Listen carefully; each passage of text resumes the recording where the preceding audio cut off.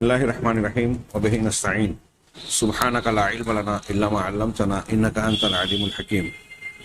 الحمد للہ رب العالمین والصلاة والسلام علی سید المرسلین وعلی آلہ وصحبہ اجمعین ومن تبعہم بإحسان الی یوم الدین. اعوذ باللہ من الشیطان الرجیم. بسم اللہ الرحمن الرحیم.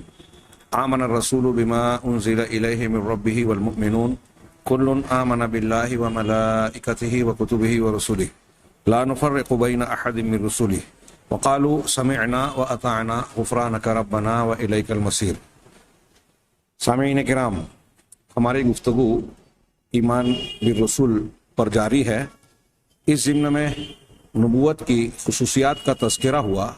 اور اسی تناظر میں قرآن و حدیث کی روشنی میں یہ بات ذکر کی گئی تھی اور اس کی تفصیل باقی ہے، یہ کہ اللہ تبارک و تعالیٰ نے رسالت اور نبوت کو مردوں کے لیے خاص رکھا. یعنی مرد ہونا نبوت کی خصوصیت ہے، اور انسانوں میں سے مرد کو اختیار کرنا اہل قرآ یعنی شہر کے لوگوں میں سے. اللہ تعالیٰ کا ارشاد ہے وما ارسلنا قبلک الا رجالا نوحی الیہم. ہم نے آپ سے پہلے نہیں بھیجا مگر رسول بنا کر نہیں بھیجا مگر مردوں کو جن کی طرف ہم وحی کرتے ہیں. چنانچہ جمہور علماء اور ائمہ اہل سنت والجماعت کے ائمہ اور علماء کا یہ موقف ہے کہ نبوت مردوں کے لیے خاص ہے. بعض علماء نے اس پر اجماع کا دعویٰ بھی کیا، جیسے امام باقلانی نے، علامہ ابن تیمیہ، امام غزالی اور کچھ علماء نے کہا کہ اس بات پر اجماع ہے. ہاں، لیکن ابھی ہم ذکر پڑھیں گے کہ چوتھی پانچویں صدی کے بعد علامہ ابن حزم اور ان کے بعد کے دور میں اندلس وغیرہ میں یہ بحث چھڑی کہ کیا کسی خاتون کو بھی، عورت کو بھی نبوت کے مقام سے اللہ کی جانب سے سرفراز کیا جا سکتا ہے. اور یہ بات کے لوگوں نے گویا پہلے جو اجماع واقع ہو چکا قرآن و حدیث کی دلیلوں کی بنیاد پر، اس کے برخلاف یہ بات کہی کہ عورتوں میں بھی نبی ہو سکتی ہیں، نبیہ. اور پھر انہوں نے جو دلائل پیش کیے اس کی بنیاد پر کچھ علماء نے دیکھا کہ ان کے دلائل میں بھی انہیں لگا کہ کچھ وزن ہے. اس بنیاد پر انہوں نے توقف اختیار کیا کہ پہلے کے علماء اس کے قائل نہیں ہیں، یہ بات کے لوگ جو دلیلیں پیش کر رہے ہیں اس بنیاد پر انہوں نے توقف اختیار کیا. چنانچہ یہ بعد میں تین قول ہو گئے. ایک یہ کہ عورتیں نبی نہیں ہو سکتی، دوسرا یہ کہ ہو سکتی ہیں، تیسرا یہ کہ دونوں میں توقف اختیار کیا جائے کہ ہمیں اس پر واضح طور سے معلومات نہیں ہے. لیکن صحیح بات دلائل کی روشنی میں یہی واضح طور سے معلوم ہوتی ہے اور ثابت شدہ ہے کہ عورتوں میں نبوت نہیں ہو سکتی، اس لیے کہ اللہ تبارک و تعالیٰ نے مردوں کے علاوہ کسی اور کو نبی منتخب نہیں کیا. قرآن و حدیث میں کسی مرد کے علاوہ یعنی عورتوں میں سے کسی کے نبی ہونے کا کوئی تذکرہ نہیں ہے. اور اللہ تبارک و تعالیٰ نے آدم علیہ السلام کی اولاد میں وحی رسالت اور وحی نبوت کے ساتھ کسی خاتون یا کسی عورت کو مشرف نہیں کیا. ہاں، ایسی وحی جس کو ہم وحی تشریع کہیں، شریعت والی وحی. ہاں، چنانچہ عورتوں میں کوئی نبیہ نہیں تھی. ہاں، وَإِنَّمَا فِيهِنَّ صِدِّيقَاتٌ. ہاں، نبوت کے بعد سب سے اعلیٰ مقام صدیقیت کا ہے. چنانچہ خواتین میں صدیقات پائی جاتی ہیں، اور اللہ تبارک و تعالیٰ اور رسول اللہ صلی اللہ علیہ وسلم کے ارشادات سے اس کی تائید ہوتی ہے، جیسا کہ حضرت مریم علیہ السلام کے بارے میں ذکر کیا گیا. ان لوگوں کی دلیل یہ ہے کہ مرد ہی نبی ہوتے ہیں. یہ جو آیت ابھی میں نے پڑھی یہی دلیل کے طور پر پیش کرتے ہیں کہ وما ارسلنا قبلک الا رجالا نوحی الیہم. چنانچہ اللہ تبارک و تعالیٰ نے اس آیت میں مردوں کا تذکرہ کیا کہ مرد ہی وہ جنس ہیں، ذات ہیں جن کی طرف وحی کی گئی، شریعت والی نبوت والی وحی. اور اسی میں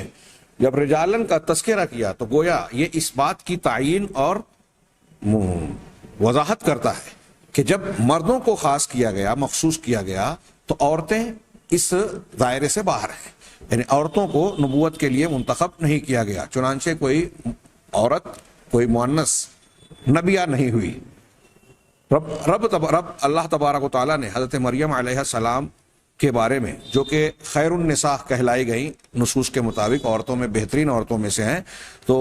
اور کامل عورتوں میں سے ہیں، ان کو صدیقیت کا کے لقب سے ذکر کیا گیا ہے. اور یہ صدیقیت جو ہے یہ ان کے مقامات میں سب سے اعلیٰ اور سب سے زیادہ شرف والا ہے۔ ہاں، نصارہ کا غلو کرتے ہوئے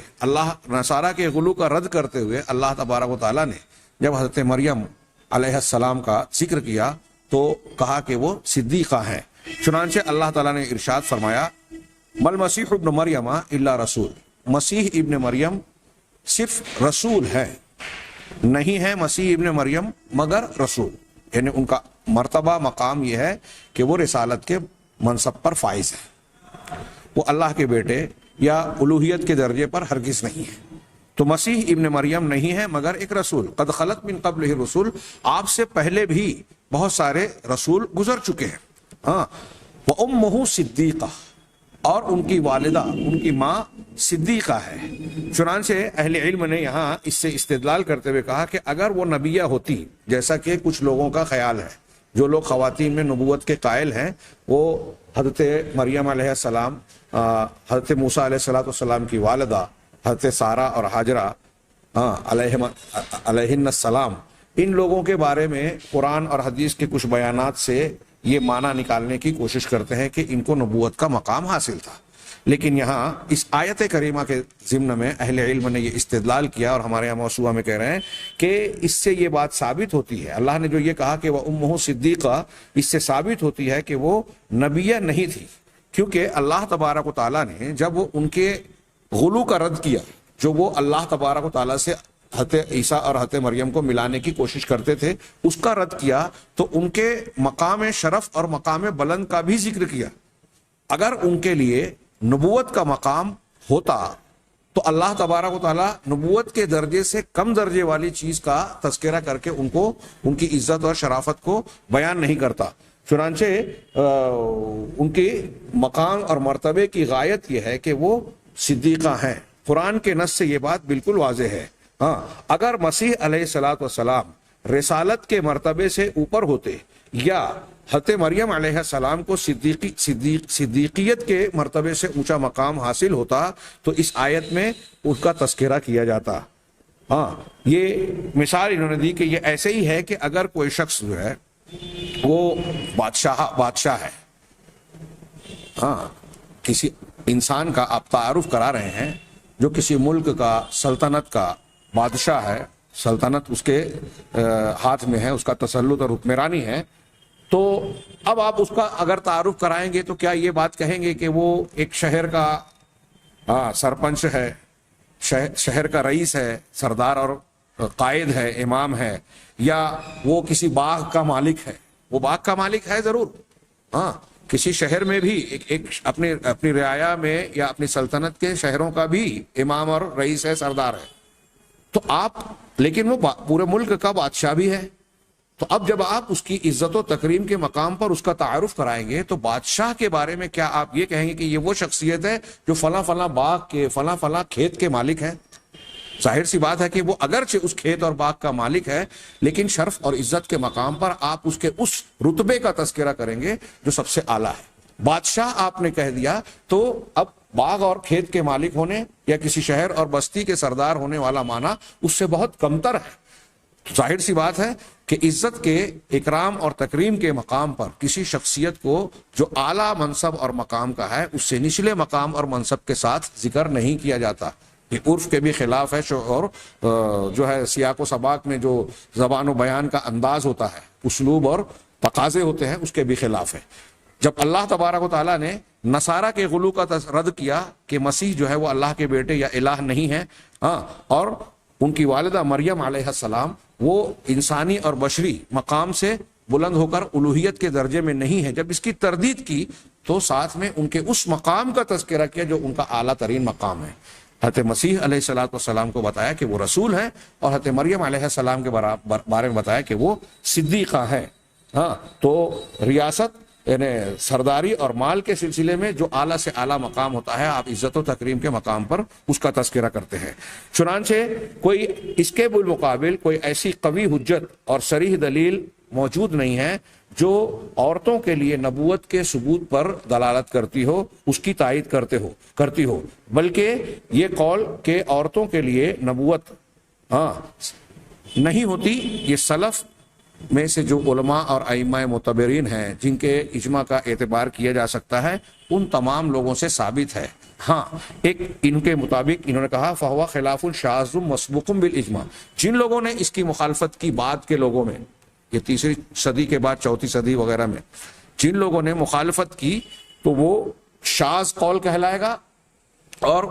ایسا قول جو پہلے منعقد ہوئے اجماع کے خلاف ہے، لہذا اجماع کے خلاف اگر کوئی بات کہی جائے تو وہ معتبر نہیں ہوتی۔ ساتھ ہی ساتھ اس میں انہوں نے موسوعہ میں اس مسئلے کے سلسلے میں ایک حکمت کی طرف بھی اشارہ کیا کہ مردانگی، مرد ہونے کا جو مرتبہ اللہ تبارک و تعالیٰ نے دونوں جنس میں خواتین اور مردوں کے درمیان جو فرق رکھا ہے اس میں کئی اعتبار سے ہم دیکھ سکتے ہیں، حقوق اور بعض لحاظ سے دونوں میں یکسانیت اور مساوات ہے، برابری ہے، لیکن اللہ تبارک و تعالیٰ نے تناسل کے لیے بہت ساری حکمتوں کے تحت دونوں جنسوں میں کچھ فرق رکھے ہیں، تخلیقی اعتبار سے، مزاج اور قوت و صلاحیت کے اعتبار سے دونوں کے اندر کچھ صلاحیتوں کا فرق ہوتا ہے،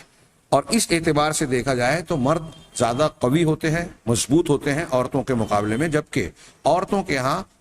نزاکت پائی جاتی ہے، ان کے مردوں کے مقابلے میں عمومی طور پر کمزوری پائی جاتی ہے۔ اب آپ غور کریں کہ عورتوں اور مردوں کی اس فطری فرق کو ملحوظ رکھنے کے بعد آپ نبوت کے مقام اور اس کے کام کو سامنے رکھیے تو یہ کہہ رہے ہیں کہ نبوت اور رسالت جو ہے وہ لوگوں تک اللہ کے پیغام کو پہنچانے کا فریضہ اپنے اندر سمیٹے ہوئے ہے، جس کے اندر لوگوں کے لیے اظہار اور ظہور کی ضرورت پیش آئے گی، تشہیر اور اشتہار کی ضرورت پڑے گی کہ اللہ کے پیغام کو کھلے عام لوگوں کے سامنے بیان کیا جائے، ایک ایک آدمی تک پہنچایا جائے جو قوم کے اور امت کے لوگ ہیں۔ اب اس میں ہو سکتا ہے شدید مخالفین بھی ہوں، نرم و نازک مزاج کے لوگ بھی ہوں، مرد بھی ہوں، خواتین بھی ہوں، تو سارے لوگوں تک اللہ کا پیغام پہنچانا ہے، اور اس میں ظہور کا تقاضا ہے کہ بندہ جو اس کام کو انجام دے وہ لوگوں کے سامنے آئے، لوگوں کے سامنے روبرو ہو کر ان کی باتوں کو جو ہے حق پیش کرنے کے بعد ان کی غلط باتوں کا رد بھی کرے، ان کا مقابلہ کرے، ان کے سامنے ڈٹا رہے، ان کی مخالفتوں کو جھیلے۔ یہ ساری چیزیں انوثت اور یعنی نسوانیت کی خصوصیت رکھنے والی جو صنف ہوگی وہ اس کو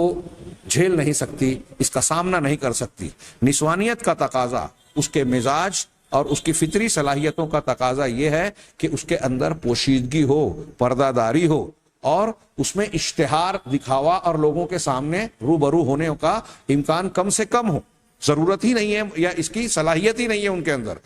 کیونکہ دونوں کے درمیان ایک قسم کا تمانو پایا جاتا ہے مردانہ صلاحیتوں میں اور نسوانی خصوصیات میں، جو کہ اس چیز کو اگر ہم سامنے رکھیں کہ نبوت اور نبوت کے لیے جو کی ذمہ داریوں کی ادائیگی کے لیے جن صلاحیتوں اور قوتوں کا اور جن خطرات کے سامنا کرنے کا تقاضا ہوتا ہے اس کے لیے نسوانیت سزاوار اور لائق نہیں ہے۔ لہذا اس کے علاوہ ایک بات اور بھی انہوں نے بڑی پیاری کہی، اور یہ ایک فطری انداز کی ہے کہ مردوں کے کی نفسیات اور ان کے مزاج میں ایک بات یہ بھی ہوتی ہے کہ اگر خواتین ان کے سامنے آتی ہیں تو مردوں کی توجہ ان کی ذات میں زیادہ ہوتی ہے، ان کی بات میں کم۔ اگر خواتین کو نبوت کے مقام سے سرفراز کیا جاتا تو لوگ اسے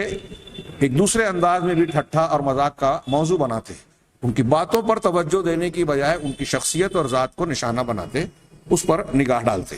یہ بات جو میں نے کچھ اس موضوع سے متعلق موضوع سے پیش کی، ہمارے سامنے جو مذکرہ ہے اس میں انہوں نے اس اختلاف کا تذکرہ کرنے کے بعد کہ اہل علم نے یہ تو اجماع نقل کیا ہے کہ امام ابو بکر باقلانی، ابو یعلا بیضاوی، جوینی، ابن تیمیہ رحمہ اللہ نے اس بات پر اجماع نقل کیا ہے کہ سلف نے اس بات پر اتفاق کیا ہے کہ عورتوں میں، خواتین میں نبی نہیں ہو سکتی، لیکن 5ویں صدی جب آئی، ابن حزم کا زمانہ، قرطبہ جو مغرب کا یعنی اسپین جو کہلاتا ہے آج، قرطبہ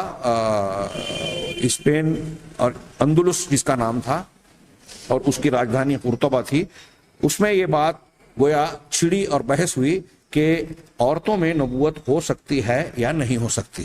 انہوں نے کہا کہ یہ اجماع کے خلاف آنے والی ایک بات تھی، چنانچہ جن لوگوں نے اس کی تائید کی کہ عورتوں میں بھی نبی ہو سکتے ہیں، انہوں نے دلیل کے طور پر یہ بات کہی کہ حضرت مریم، ام موسیٰ اور آسیہ، ہاجرہ، سارہ علیہن السلام یہ خواتین ایسی ہیں جو نبوت کے مقام پر فائز تھی۔ انہوں نے اس سلسلے میں جو دلیلیں دی حضرت مریم علیہ السلام کے بارے میں، جو اللہ تعالیٰ نے قرآن میں فرمایا ان اللہ اصطفاک وطہرک واصطفاک علی نساء العالمین، اللہ تعالیٰ نے تمہیں چن لیا اور پاکیزہ بنایا، گندگی سے پاک صاف کیا اور تمام عالم کی عورتوں پر تم کو منتخب کر لیا۔ ہاں، چنانچہ انہوں نے اصطفا کے، اللہ تعالیٰ نے چن لیا۔ ہاں، ہم انبیاء کو کہتے ہیں کہ وہ اللہ تبارک و تعالیٰ کے العباد المصطفین ہیں، چنے ہوئے بندے۔ تو کہا دیکھو یہاں اللہ تعالیٰ نے حضرت مریم جو ایک خاتون ہے ان کے لیے استفاء کا لفظ، چن لینے کا لفظ شروع کیا، ذکر کیا، استعمال کیا۔ اسی طریقے سے دوسری دلیل دیتے ہوئے کہا کہ حضرت موسیٰ علیہ السلام کی والدہ کے بارے میں اللہ کا ارشاد ہے اذ اوحینا الی امک، جب ہم نے تمہاری ماں واوحینا الی ام موسیٰ ان ارضعیہ، کہ ہم نے ان ارضعیہ کہ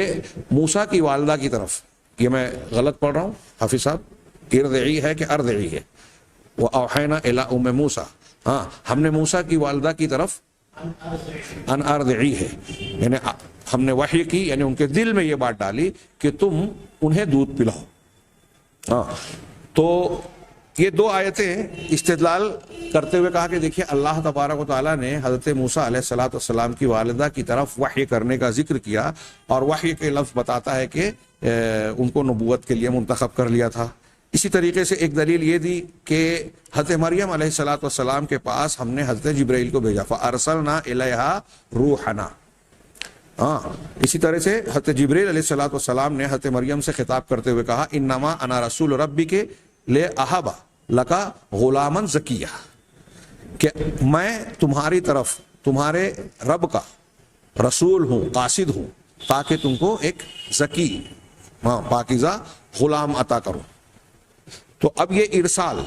حضرت جبرائیل کا مریم علیہ السلام کے پاس آنا، جبرائیل علیہ السلام آئے تو انہوں نے اس سے دلیل بنائی کہ دیکھیے جبرائیل اسی کے پاس آتے ہیں جو نبوت کے مقام سے سرفراز ہوتا ہے۔ اب حضرت مریم کے پاس آئے، لہٰذا اس بات کی دلیل ہے کہ وہ نبی تھے۔ اسی طرح اللہ تبارک و تعالیٰ نے ایک دلیل انہوں نے یہ دی کہ انبیاء کرام علیہم السلام کے مجموعے کا، کئی انبیاء کا تذکرہ کیا۔ ہاں، چنانچہ حضرت ایوب، حضرت اسماعیل، حضرت ادریس، ذوالکفل، ذوالنون، زکریا، ان تمام انبیاء کا سورہ انبیاء میں ذکر کرنے کے بعد حضرت مریم علیہ السلام کا ذکر کیا، واللتی احسنت فرجہا فنفخنا فیہا من روحنا۔ نبیوں کا ذکر کرنے کے بعد اللہ تبارک و تعالیٰ نے اسی سیاق و سباق میں حضرت مریم علیہ السلام کا ذکر کیا، ان کا مقام بتایا اور کہا کہ ان کو ہم نے پاکیزہ بنایا، ان کو محفوظ شرمگاہ والا، اور پھر ان کے اندر اپنی روح پھونکی اور اس کو اور ان کے بیٹوں کو عالمین کے لیے ہم نے آیت اور نشانی بنا دی۔ اللہ تبارک و تعالیٰ نے اس صورت میں انبیاء کے ساتھ ذکر کیا، اور ایسا نفس سورہ میں حضرت مریم کا قصہ اور بعض انبیاء کا ذکر کرنے کے بعد اللہ سبحانہ و تعالیٰ نے یہ بھی فرمایا اولئک الذین انعم اللہ علیہم من النبیین، یہی وہ لوگ ہیں جن پر اللہ تعالیٰ نے انعام کیا ہے جو نبیوں میں سے ہیں، آدم کی ذریت میں سے، وممن حملنا مع نوح ومن ذریۃ ابراہیم واسرائیل وممن ہدینا واجتبینا، یعنی یہ وہ لوگ ہیں جن کو ہم نے حضرت چن لیا، انعام کیا، یہ نبیوں میں سے ہیں، آدم کی ذریت میں سے، اور ان کی ذریت میں سے جن کو ہم نے نوح علیہ السلام کے ساتھ کشتی میں سوار کیا، ہاں، ابراہیم اسرائیل کی ذریت میں سے جن کو ہم نے ہدایت دی اور جن کو ہم نے چن لیا۔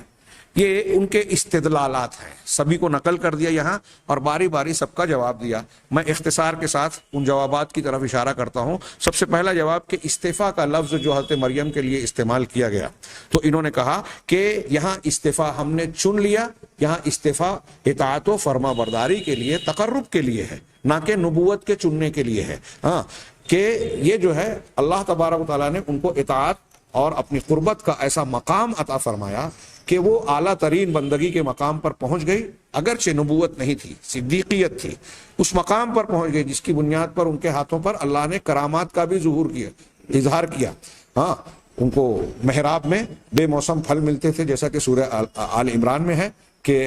حضرت زکریہ علیہ السلام کلما دخل علیہا زکریہ فی المحراب وجد عندہا رزقا، جب بھی حضرت زکریہ ان کے پاس محراب میں، محراب اس مقام کو جہاں وہ عبادت و ریاضت کرتی تھی، پہنچتے تو ان کے پاس رزق پاتے.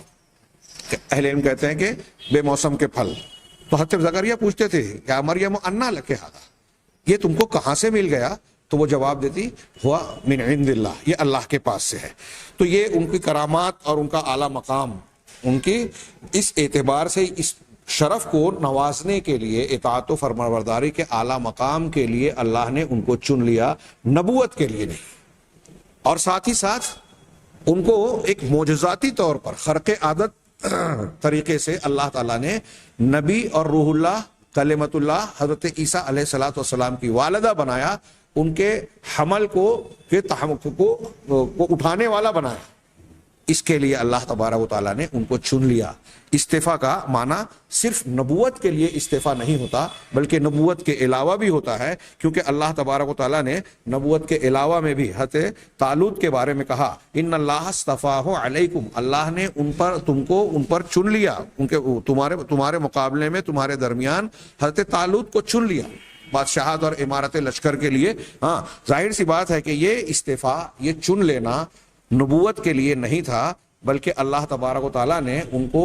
بنی اسرائیل کے ان طبقوں پر، اس قوم پر ملک بنایا، بادشاہ بنایا، جیسا کہ سورہ بقرہ میں جہاں اس واقعے کا، اس آیت کا تذکرہ ہے، سیاق و سباق میں بالکل صراحت سے واضح طور سے موجود ہے. اسی طرح اللہ تبارک و تعالیٰ نے تمام قرآن کے ماننے والے امت محمدیہ کے بارے میں لفظ استعفاء کا استعمال کیا. چنانچہ سورہ فاطر یا سورہ سبا کی آیت ہے ثم اورثنا الکتاب الذین اصطفینا من عبادنا، پھر ہم نے الکتاب کا وارث اپنے بندوں میں سے ان کو بنایا. کن کو؟ اصطفینا من عبادنا، جن کو ہم نے اپنے بندوں میں سے چن لیا. یہاں دیکھیے ساری امت محمدیہ کو جو حاملین قرآن ہے، اللہ تعالیٰ نے جناب محمد رسول اللہ صلی اللہ علیہ وسلم کے ذریعے سے اس امت کو جو قرآن نوازا، تو اللہ تعالیٰ کہہ رہا ہے کہ یہ قرآن ہم نے ان کو دیا، اس قوم اور ملت کو جن کو اپنے بندوں میں سے ہم نے چن لیا. تو کیا امت محمدیہ کا ہر فرد استعفاء کا لفظ استعمال ہونے سے اللہ کی طرف سے کیا نبوت کے لیے منتخب کر لیا گیا؟ ظاہر سی بات ہے کہ یہ تو سوال ہی پیدا نہیں ہوتا کہ کوئی مانے. اللہ نے آگے خود کہا فَمِنْهُمْ ظَالِمٌ لِنَفْسِهِ، جن کو ہم نے قرآن کی تعلیم کے لیے، قرآن کا وارث بنانے کے لیے چنا، تو اب ان میں سے کچھ اپنے نفس پر ظلم کرنے والے بھی ہیں. ظاہر سی بات ہے قرآن کے حامل ہیں، لیکن اگر قرآن کے کو مانتے ہوئے کچھ نیکیاں اور کچھ برائیاں کر رہے ہیں تو یہ اپنے نفس پر ظلم کرنے والے. وَمِنْهُمْ مُقْتَصِدٌ، کچھ مقتصد ہے، درمیانہ رو، درمیانی چال چلنے والے، بیچ کے لوگ کہ فرائض پر عمل کر رہے ہیں، نوافل میں آگے نہیں بڑھ رہے ہیں، حرام کو چھوڑ رہے ہیں، مکروہات میں سے اجتناب نہیں کرتے.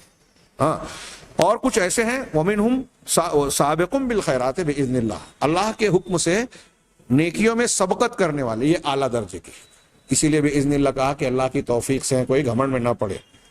کہ یہ صرف فرض نہیں ادا کرتے بلکہ سنن و نوافل اور فرائض سے زیادہ بڑھ کر صرف انصاف نہیں کرتے بلکہ احسان بھی کرتے ہیں اس سے بڑھ کر. صرف محرمات اور حرام سے نہیں بچتے بلکہ مکروہات اور ایسی چیزوں سے بھی اجتناب کرتے ہیں جس سے جس میں ناپسندیدگی کا پہلو پایا جاتا ہو، اگرچہ وہ حرام نہ ہو. چنانچہ اللہ تبارک و تعالیٰ نے ان لوگوں کے لیے استعفاء کے لفظ کا استعمال کیا جن کو اللہ تعالیٰ نے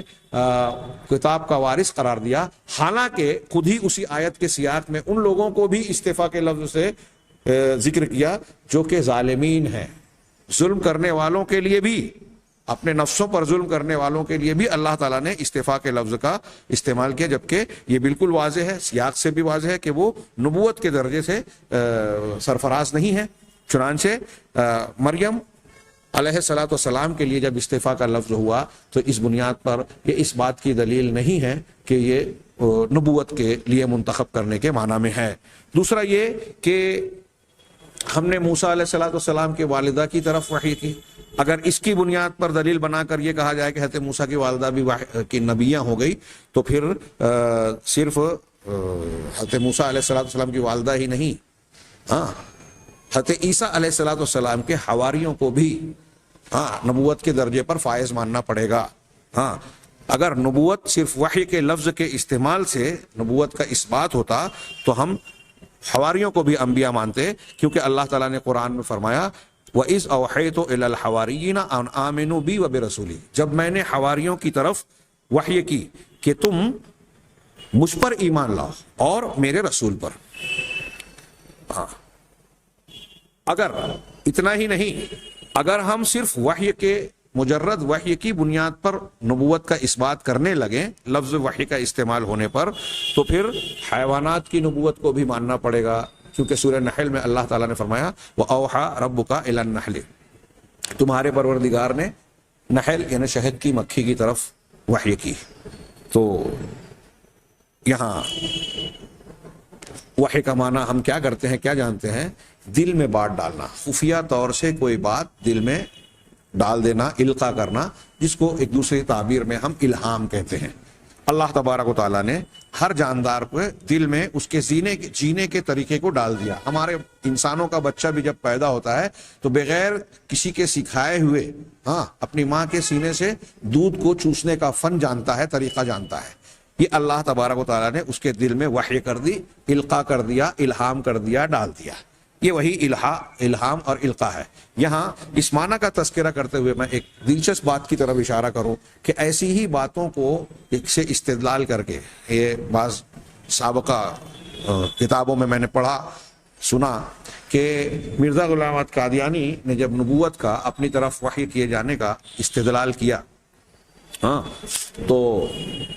اس نے اس قسم کی آیتوں اور دلیلوں سے استدلال کرنے کی کوشش کی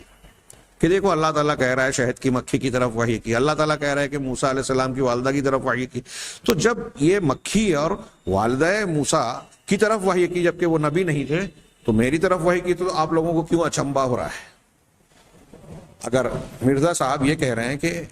اس طریقے سے جیسے شہد کی مکھی کی طرف وحی ہو سکتی ہے موسیٰ کی والدہ، ویسے ان کی طرف ہوئی ہے، تو ہم ان کو یہ بتانا چاہتے ہیں، پوری قادیانی امت کو یہ بتانا چاہتے ہیں کہ ایسی وحی دنیا کی ہر مخلوق کو ہوتی ہے،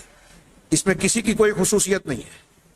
شہد کی مکھی کو جب ہو رہی ہے تو بکری کے بچے کو بھی ہو رہی ہے، مچھلی کے بچے کو بھی ہو رہی ہے، مچھلیوں کو ہو رہی ہے، آپ کے اور ہمارے بچوں کو ہو رہی ہے۔ کہ اللہ تبارک و تعالیٰ نے ہر مخلوق کے دل و دماغ میں کچھ چیزیں ایسی ہیں جو فطری طور پر ڈال دی ہے، وہ اپنے نفع اور نقصان، کھانے پینے کی چیزوں اور نہ کھانے پینے کی چیزوں کو سمجھتی ہیں۔ بہت سے جانور سونگھ کر جان جاتے ہیں کہ یہ چیز میرے کھانے کی نہیں ہے، یہ زہریلی ہے، اسے نہیں کھانا چاہیے۔ یہ کہاں سے ان کو یہ صلاحیت حاصل ہوئی؟ اور جانوروں میں جتنی بھی صلاحیت ہے وہ کسی اسکول میں پڑھ کر سیکھ کر نہیں ہوئی۔ ہر چیز جانور کے ماں باپ اس کی ماں نہیں سکھاتی، بعض تو پیدا ہوتے ہی ماں سے بھاگ جاتے ہیں دور، ماں باپ سے، جیسے سانپ۔ تو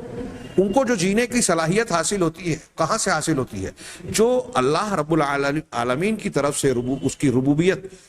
ان کے دل و دماغ میں جو ہدایت دیتی ہے، اسی ہدایت کو جو دل میں ڈالی گئی ہے، ان کے قدرتی طور پر فطری طور پر ان کی صلاحیت بنا دی گئی ہے، اس کو بھی ایک قسم کی وحی کہا جاتا ہے، الہام، یعنی اللہ تبارک و تعالیٰ نے ان کو وہ بات ودیت کر دی ان کے دل و دماغ میں۔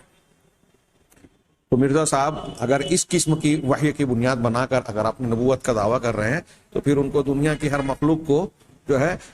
نبوت کے مقام پر فائز سمجھنا چاہیے۔ ظاہر سی بات ہے کہ یہ انتہائی بیہودہ بات کہلائے گی، ناقابل قبول۔ تو ان کی بات بھی دراصل ایسی ہی بیہودہ تھی۔ تو وحی کا معنی یہاں وحی تشریع یا وحی نبوت نہیں ہے، جس سے استدلال کر کے وہ اپنی جھوٹی نبوت کا دعویٰ کر رہے تھے۔ یہیں مجھے ایک اور بھی لطیفہ یاد آیا کہ مسیلمہ کذاب ابتدائی دور میں رسول اللہ علیہ وسلم کے زمانے میں اور پھر ابو بکر صدیق کے زمانے میں اس نے نبوت کا دعویٰ کیا تھا۔ اسی زمانے کی ایک خاتون نے بھی اپنے نبی ہونے کا دعویٰ کیا، سجاح نام تھا، کہتے ہیں بڑی حسین و جمیل اور خوبصورت تھی، اور بعد میں مسیلمہ کذاب سے مل کے شادی بھی کر لی۔ میں نے کہیں پڑھا تھا، لطیفے کے طور پر اسی لیے کہہ رہا ہوں اسے، کہ اس نے بڑا خوبصورت استدلال کرنے کی کوشش کی تھی، بکواس لیکن سننے میں جس سے ایک لطف محسوس ہو آج کے دن میں، کہ اس نے کہا کہ اللہ کے نبی صلی اللہ علیہ وسلم کا ارشاد ہے کہ لا نبی بعدی، میرے بعد کوئی نبی نہیں ہوگا۔ تو نبی کا لفظ یہ مذکر ہے، مذکر کا صیغہ ہے، نبیہ مؤنث ہوگی اس کی، تو آپ نے جس کی نفی کی وہ مرد نبی کی ہے۔ آپ نے یہ نہیں کہا لا نبی بعدی، میرے بعد کوئی عورت نبی نہیں ہوگی، نبیہ نہیں ہوگی، لیڈی نبی۔ تو اس نے یہ دلیل دینے کی کوشش کی یا اپنی نبوت کو صحیح ثابت کرنے کے لیے یہ سمجھانے کی کوشش کی کہ مردوں کی نبوت کا سلسلہ ختم ہو گیا ہے، خواتین کی نبوت کا سلسلہ ختم نہیں ہوا، لہذا میں نبی ہوں۔ اس نے یہ استدلال کیا۔ تو اس کا جواب اگر ہم جو قرآن و حدیث سے ثابت شدہ اور جس پر سلف کے معتبر علماء اور ائمہ کا اتفاق ہے اس کو اگر سامنے رکھیں تو یہ بات یوں ہی اڑ جاتی ہے، اس کا جواب دینے کی ضرورت پیش نہیں آتی کہ یہ خاتون اس نے کہا کہ عورتوں میں نبوت کا سلسلہ ختم نہیں ہوا، تو اس کا جواب یہ ہے کہ عورتوں میں نبوت کا سلسلہ شروع ہی نہیں ہوا۔ تو جو چیز شروع نہیں ہوئی اس کے ختم ہونے کی کوئی بات ہی نہیں ہو سکتی، اور ختم وہ ہوگی جو شروع ہوئی ہے۔ نبوت کا جب آغاز ہوا تو اسے ختم ہونا ضروری تھا، جو جناب محمد رسول اللہ صلی اللہ علیہ وسلم پر ختم ہوا۔ خاتم الانبیاء اور ختم نبوت کی ایک بحث ہم آگے پڑھیں گے انشاءاللہ، جانیں گے۔ اور جس چیز کی شروعات ہی نہیں ہوئی اس کے اختتام کا سوال ہی پیدا نہیں ہوتا، اور ظاہر سی بات ہے دلائل سے یہ بات ثابت ہو چکی اور ہے کہ عورتوں میں نبوت کا سلسلہ نہیں رہا۔ اسی طریقے سے جو انہوں نے عورتوں کے نبی ہونے کے سلسلے میں یہ دلیل دی کہ جبرائیل کا حضرت مریم کے پاس آنا ان کے نبوت پر دلالت کرتا ہے، تو اس کا بھی رد کرتے ہوئے کہا کہ کسی فرشتے کا آنا کسی شخصیت کے پاس یا مخلوق اور انسانوں میں سے کسی کے پاس آنا یہ اس کی نبوت پر دلیل نہیں ہے، ہاں، کیونکہ فرشتوں کو اللہ تبارک و تعالیٰ بعض مہم اور کاموں کے لیے بھی بھیج سکتا ہے، بھیجتا ہے۔ آج نبوت کا سلسلہ ختم ہو گیا، لیکن اللہ تعالیٰ کا یہ ارشاد تنزل الملائکۃ والروح، ملائکہ اور روح فرشتے لیلۃ القدر میں دنیا میں نزول فرماتے ہیں، آتے ہیں۔ اسی طریقے سے حضرت جبرائیل علیہ السلام کے تعلق سے یہ بات نصوص سے ثابت ہے کہ انہوں نے اللہ کے حکم سے کئی قوموں کو ہلاک کیا، ان پر جو عذاب آیا اللہ نے حضرت جبرائیل علیہ السلام کو اس کام پر معمور کیا، اور حضرت جبرائیل نے اس کام کو انجام دیا۔ تو بعض مہمات اور کاموں کے لیے بھی یہ فرشتے یا حضرت جبرائیل علیہ السلام کو کچھ لوگوں کے پاس یا دنیا میں بھیجا جاتا ہے۔ یہ فرشتے کا آنا کوئی نبوت کی دلیل نہیں ہے، اور حضرت مریم علیہ السلام کے پاس جو فرشتے آئے وہ قرآن میں حدیثوں میں بالکل صاف ہے کہ وہ بچے کی پیدائش کے لیے حضرت عیسیٰ علیہ السلام کی اللہ کے حکم سے ان کی روح کو حضرت مریم علیہ السلام کے جسم میں پھونکنے کے لیے آئے تھے، تشریف لائے تھے، نہ کہ اس وجہ سے کہ ان کو نبوت کے مقام سے سرفراز کریں اور نبوت پر فائز کریں۔ اسی طریقے سے جو یہ کہا گیا کہ انبیاء کرام علیہ السلام کا یہ سورۃ الانبیاء میں ذکر کیا گیا، اور اس کے بعد جو ہے حضرت مریم کا ذکر کیا گیا، پھر اس کے بعد کہا گیا کہ یہ آدم علیہ السلام کی ذریت اور نوح کے ساتھ کشتی میں سوار ہونے والے کی، ابراہیم اور اسرائیل کی اولاد اور ذریت میں سے ہم نے جن کو چن لیا ان کا تذکرہ کیا گیا۔ تو اس سے جو کہا کہ انبیاء کرام علیہ السلام کے بیان کے ساتھ ربط کلام میں کسی کا تذکرہ کر دینا یا حضرت مریم کا ذکر کر دینے سے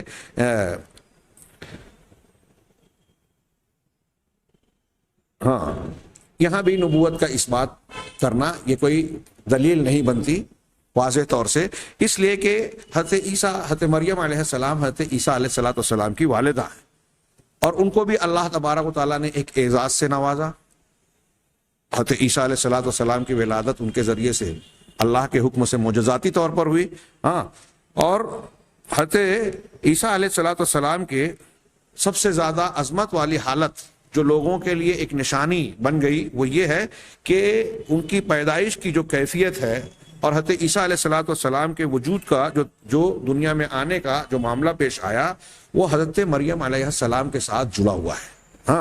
اور اللہ تبارک و تعالیٰ نے مریم علیہ السلام کے قصے کے ذکر کے بعد اور انبیاء کے قصے کے ذکر کے بعد یہ فرمایا وَمِمَّنْ هَدَيْنَا وَاجْتَبَيْنَا، کہ ان لوگوں میں سے جن کو ہم نے ہدایت دی اور جن کو چن لیا۔ تو اللہ تبارک و تعالیٰ نے یہاں یہ بات واضح کر دی کہ ان لوگوں کو کہ جن کو اللہ تبارک و تعالیٰ نے چن لیا وہ انبیاء ہیں، اور کچھ ایسے بھی ہیں جن کو ہدایت دی، اور ان ہدایت یافتہ لوگوں میں سے مریم ہے۔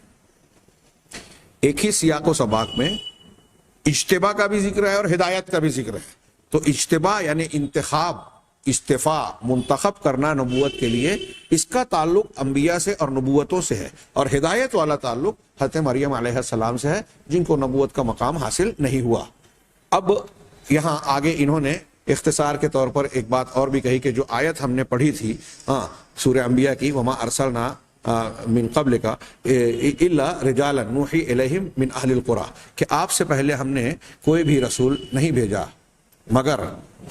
مردوں کو رسول بنایا جن کی طرف ہم وحی کرتے تھے اہل قریٰ میں سے۔ اس سے کیا کیا استدلال ہوتا ہے، تو اس سے کیا کیا چیزیں ثابت ہوتی ہے؟ ایک بات یہ ثابت ہوتی ہے کہ انبیاء کرام یا نبوت جو ہے وہ اہل قریٰ میں، شہر والوں میں ہوتی ہے، اس لیے کہ حالات اور نبوت کا کام اس بات کا متقاضی ہے کہ نبوت کے مقام پر فائز ہونے والی شخصیت شہروں اور بڑی بستیوں میں رہے، نہ کہ دیہاتوں میں اور ایسے مقامات پر جو ایک جگہ سے دوسری جگہ منتقل ہونے پر مجبور رہتے ہیں۔ جیسے خانہ بدوش لوگ، قبائلی زندگی گزارنے والے لوگ، یا اور اس وقت عربوں میں قبائلی زندگی گزارنے والوں کی ایک بڑی تعداد تھی، جو ایک جگہ سے دوسری جگہ منتقل ہوتے ہیں۔ تو شہروں میں جو ایک جگہ ٹکے ہوئے اور استقرار رکھتے ہیں، ان لوگوں میں سے اللہ تبارک و تعالیٰ نبی کو مبعوث فرماتا، اس لیے کہ یہ اہل بادیہ جو ہیں، دیہاتی لوگ، قبائلی زندگی گزارنے والے لوگ، یہ ایک جگہ سے دوسری جگہ منتقل ہوتے ہیں، اور نبوت استقرار اور ایک جگہ رکے رہنے کا تقاضا کرتی ہے، محتاج ہے، اس لیے کہ لوگ ان کے پاس، تاکہ لوگ ان کے پاس آئیں اور ان کے ذریعے سے علم نبوت جو اللہ کی طرف سے علم اور رہنمائی اور ہدایت مل رہی ہے اسے حاصل کر سکیں، اور یہ سارے اور اس سے متعلقہ دوسرے بہت سارے امور جو ہیں وہ شہر کے لوگوں میں، دیہات کے لوگوں میں، قبائل کے لوگوں میں حاصل نہیں ہو سکتے، اس لیے اللہ تبارک و تعالیٰ نے قبائل کے لوگوں میں انتخاب کیا۔ نبوت پر اجمالی ایمان لانے کے سلسلے میں اہل علم نے جو کہا کہ انبیاء کرام علیہ الصلوۃ والسلام کے تعلق سے جو ہمیں مجمل طور پر ایمان لانا چاہیے، ان میں سے ایک بات یہ بھی لوگوں نے ذکر کی کہ ہر نبی کو اللہ تبارک و تعالیٰ نے ان کی قوم کی زبان میں منتخب کیا، وما ارسلنا من رسول الا بلسان قومی لیبین لہم، ہر رسول کو اس کی قوم کی زبان میں ہی بھیجا گیا تاکہ وہ ان کے سامنے باتوں کی وضاحت کر سکے۔ اسی طریقے سے ایک بات یہ بھی معلوم ہوئی اس آیت کے ضمن میں کہ نبوت جو ہے وہ انسانوں کے ساتھ خاص ہے۔ اس آیت کے ضمن کی یہ آخری بات ہم پوری کریں آج، کہ نبوت جو ہے وہ انسانوں کے ساتھ خاص ہے۔ اس کا مطلب یہ کہ جنوں میں نبوت نہیں پائی جاتی۔ یہ اہل القریٰ کے لفظ کے اطلاق سے بھی یہ بات ظاہر ہوتی ہے، اس لیے کہ عام طور سے جنوں کے تعلق سے جو باتیں معلوم ہوتی ہے کہ وہ شہروں میں، بستیوں میں اس طریقے سے جیسے انسان بستے ہیں، جن اس طرح نہیں رہتے، بلکہ وہ غاروں میں، پہاڑوں میں، جنگلوں میں اور ایسے مقامات پر جہاں انسان کا گزر نہیں ہوتا، ویرانوں میں، اس طرح کے مقامات پر یہ لوگ عموماً بستے ہیں۔ اس کی تائید حضرت ابن عباس رضی اللہ تعالیٰ عنہ کے اس اثر سے بھی ہوتی ہے کہ الانبیاء من الانس ومن الجن النذر، کہ انبیاء انسانوں میں سے ہوتے ہیں اور جنوں میں سے نذر یعنی ڈرانے والے ہوتے ہیں، یعنی جن وہ ہوتے ہیں جو نبی، انسانوں میں سے مبعوث ہونے والے نبی پر ایمان لاتے ہیں اور پھر ان کی تعلیمات کے ذریعے سے اپنی قوم کو تنبیہ کرتے ہیں، ڈراتے ہیں۔ رہ گیا ضحاک ابن مزاحم سے ایک قول منقول ہے کہ وہ بھی جنوں کی نبوت کے قائل ہے، تو یہاں کہا کہ انہوں نے یہ ایک شاذ قول ہے، جو سلف و خلف کے قول جو تقریباً متفق علیہ کہلانے کے لائق ہے اس کے برخلاف ہے۔ اہل علم نے اس آیت سے سورۃ الاحقاف کی، انہوں نے، ضحاک نے سورۃ الاحقاف کی اس آیت سے استدلال کہ یا معاشر الجن والانس، اے انسانوں اور جنوں کی جماعت، الم یاتکم، یا معاشر الجن والانس الم یاتکم رسول منکم، کیا تم میں سے رسول نہیں آئے؟ چنانچہ یہاں جن اور انس کو دونوں کو خطاب کیا اور رسول کا ذکر کیا، تو یہ ضحاک صاحب نے کہا کہ جنوں میں بھی نبی اور رسول ہوئے، اور انہوں نے، اللہ نے کہا رسول منکم، یعنی جنوں اور انسانوں میں سے اللہ تعالیٰ نے رسول منتخب کیے۔ تو اس کا جواب یہ دیا کہ یہ دلیل جو ہے جنوں میں سے رسول کے مبعوث ہونے کی صراحت کے ساتھ دلیل نہیں بنتی۔ یہ ایسے ہی ہے جیسے اللہ تبارک و تعالیٰ نے قرآن مجید میں کہا یخرج منہما اللؤلؤ والمرجان، کہ اللہ تبارک و تعالیٰ ان دونوں سمندروں سے، مرج البحرین کہا نا، ایک کھارا پانی اور ایک میٹھا پانی، دو سمندر آپس میں ملتے ہیں، اور دونوں سے جو ہے لؤلؤ یعنی موتی اور مرجان پتھر نکلتے ہیں۔ لیکن معروف بات یہ ہے کہ موتی جو ہے وہ محض کھارے پانی سے نکلتا ہے، میٹھے پانی سے نہیں۔ لیکن اللہ تبارک و تعالیٰ نے سیاق و سباق کے عام میں مرجان کے ساتھ ساتھ موتی کا بھی ذکر کیا، اور پھر آگے کہا کہ یخرج منہما، ان دونوں سمندروں سے نکلتا ہے۔ تو یہ دراصل عربی زبان کا ایک اسلوب ہے جس میں سیاق و سباق اور دوسرے قرائن سے حقیقت تو واضح ہو جاتی ہے، لیکن جب ایک دو چیزوں کا تذکرہ کیا تو دونوں کے ساتھ میں یخرج منہما کہہ دیا گیا۔ یہ عربی کا ایک اسلوب ہے۔ اور جن جو ہے نبوتوں کے مکلف نہیں ہیں، البتہ جو نبوتیں بھیجی گئی اس کے ذریعے سے ان کو خطاب کیا گیا ہے۔ ہاں، ان اللہ کے نبی صلی اللہ علیہ وسلم کو بھی جو نبوت ملی تو جنوں کے ساتھ ساتھ انسانوں کے ساتھ ساتھ وہ جنوں کی طرف ہے۔ اس پر اللہ تعالیٰ کا یہ کلام کا یہ فرمان دلالت کرتا ہے، جیسا کہ سورۃ الجن میں ہے کہ اللہ تبارک و تعالیٰ نبی صلی اللہ علیہ وسلم ان کی طرف بھی بھیجے گئے، رسول بنا کر بھیجے گئے۔ اسی طریقے سے حضرت عبداللہ ابن مسعود رضی اللہ تعالیٰ عنہ کی حدیث میں بھی ہے کہ وہ نبی کریم صلی اللہ علیہ وسلم کے ساتھ تھے اس رات میں جب آپ نے جنوں کو دعوت دی، اور انہیں ان کی جنوں کی آگ اور ان کے جانوروں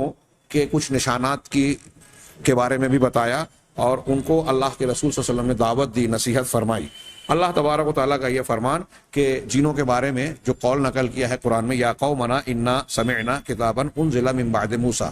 کہ جنوں نے اپنے دوسرے جن بھائیوں سے کہا کہ اے ہماری قوم کے لوگوں، ہم نے ایسے کتاب کو سنا ہے جو موسیٰ علیہ السلام کے بعد نازل کی گئی ہے۔ یہ قرآن کا ارشاد ہے۔ اب اس آیت سے دو تین باتیں معلوم ہو رہی ہیں موٹی موٹی، کہ یہ دلالت کرتی ہے کہ وہ لوگ موسیٰ علیہ السلام کی کتاب کا علم بھی رکھتے تھے اور اس پر عمل بھی کرتے تھے، گویا اس پر ایمان رکھتے تھے۔ اسی طریقے سے آیت یہ بھی دلالت جب موسیٰ علیہ السلام کی کتاب کا جس طرح علم رکھتے تھے، اسی طریقے سے قرآن کو سننے کے بعد قرآن کو ماننے کا اور قرآن پر ایمان لانے کی بات کہہ رہے ہیں، اسے ہدایت قرار دے رہے ہیں۔ آگے پیچھے اور دوسری آیتیں موجود ہیں۔ ان آیتوں سے اور ان ارشادات سے معلوم ہوتا ہے کہ موسیٰ علیہ السلام کی رسالت و کتاب اور شریعت، اور جناب محمد رسول اللہ صلی اللہ علیہ وسلم کی شریعت و رسالت بھی جیسے انسانوں کے لیے تھی اور ہے، ویسے جنوں کے لیے بھی ہے۔ اللہ تعالیٰ کا یہ ارشاد بھی عمومی طور سے اس بات کو ثابت کرتا ہے کہ اللہ نے فرمایا وَمَا خَلَقْتُ الْجِنَّ وَالْإِنسَ إِلَّا لِيَعْبُدُونَ، کہ میں نے جنوں اور انسانوں کو صرف اس لیے پیدا کیا کہ وہ میری یعنی اللہ تعالیٰ کی عبادت کریں، توحید الوہیت کو اختیار کریں۔ اب ایک تو اس میں عمومی طور سے مقصد حیات انسانوں کے ساتھ ساتھ جنوں کا بھی بتایا جا رہا ہے، اور قرآن میں جب ذکر کیا تو اس کا مطلب یہ کہ یہ قرآن جس طرح انسانوں کے لیے ہے، ان کے مقصد کو بیان کر رہا ہے، اسی طرح جنوں کے لیے بھی ہے، اور جن بھی اس کلام کے اس فرمان سے اور تمام ہدایات سے جو ہے مخاطب ہیں، اور ان کو یہ بات نصیحت کے طور پر بیان کی جاتی ہے۔ چنانچہ وہ بھی عبادت کے مامور ہیں، توحید کو اختیار کرنے کے پابند ہیں، اور اس بات کے پابند ہے کہ وہ اللہ تبارک و تعالیٰ سے کیسے عبادت کریں۔ چنانچہ جب ان کو اس کا خطاب کیا گیا تو قرآن کو جب ان کے لیے بھی اتارا گیا تو ان کے لیے رسالت کو بھی جو ہے اسوہ اور نمونہ بنایا گیا۔ چنانچہ فلا بد من، ضروری تھا کہ ان کے لیے بھی ایک واسطہ ہو جو ان تک دعوت و تبلیغ کا کام انجام دے، ان تک پہنچائے دین کو، اور یہ کام ان کی جنس سے، وَهِيَ لَا تَكُونُ مِن جِنسِهِمْ فَتَكُونَ إِذًا، یہ ان کی جنس سے نہیں ہو سکتا تھا، چنانچہ یہ انسانی انبیاء کی طرف سے ہو سکتا تھا۔ اگر جنوں میں سے انبیاء ہوتے تو وہ انسانوں کے لیے کافی نہیں تھے، لیکن انسانوں میں سے نبی کا ہونا جنوں کے لیے کافی ہو سکتا تھا۔ یہ چند باتیں نبوت کی خصوصیت کے ضمن میں بیان کی گئی۔ انبیاء کے یا نبوت کے اور بھی خصوصیات ہیں، یہ چند کا جو اہم باتیں اہل علم نے بیان کی ہیں ان میں سے چند کا ذکر کیا۔ اللہ کے نبی جناب محمد رسول اللہ صلی اللہ علیہ وسلم کی انفرادی طور سے بہت زیادہ خصوصیات ہیں۔ آئندہ کے کسی درس میں ہم اللہ کے نبی صلی اللہ علیہ وسلم کی رسالت اور ختم نبوت پر جب گفتگو کریں گے تو انشاءاللہ اس ضمن میں ان کا بھی تذکرہ آئے گا۔ بعض اور بھی متعلقہ امور کا اگلے دروس میں تذکرہ ہوگا۔ اللہ تبارک و تعالیٰ سے دعا ہے کہ وہ ہمیں صحیح علم، صحیح ایمان کی توفیق عطا فرمائے، اور اس کے ساتھ نیک عمل کی توفیق دے، جس کے ذریعے دنیا اور آخرت کی کامیابی سے نوازے۔ وآخر دعوانا الحمد للہ رب العالمین۔